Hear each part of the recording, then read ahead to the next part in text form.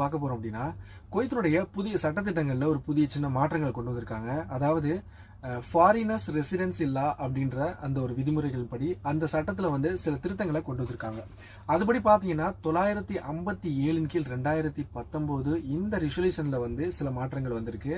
அந்த வகையில work permit, அதாவது நமக்கு வந்து நம்ம ஒருத்தருடைய விசா வந்து முதல்ல வந்து எங்கேருந்து அப்ரூவல் ஆகுதுன்னு பாத்தீங்கன்னா, ஒரு கம்பெனிக்கு வந்து ஸ்டாஃப் வேணும் அப்படின்னா முதல்ல public authority of man power, PAM சொல்லக்கூடிய பப்ளிக் அத்தாரிட்டி ஆஃப் மேன் பவர்ல போயிட்டு அப்ளை பண்ணுவாங்க. என்னுடைய கம்பெனிக்கு இந்த மாதிரி ஸ்டாஃப் வேணும் அப்படின்னு சொல்லிட்டு. ஸோ அவங்களுக்கு வந்து ஒரு கம்பெனிக்கு இவ்வளவுதான் அப்படின்னு கோட்டா கொடுத்துருப்பாங்க. ஆனா நார்மலா வந்து பாத்தீங்கன்னா இங்க இருக்கக்கூடிய சட்டத்தின்படி 25% ஒரு இதுல வந்து வெளிநாட்டவர்கள் இருக்கணும், 75% உள்நாட்டவர்கள் இருக்கணும்.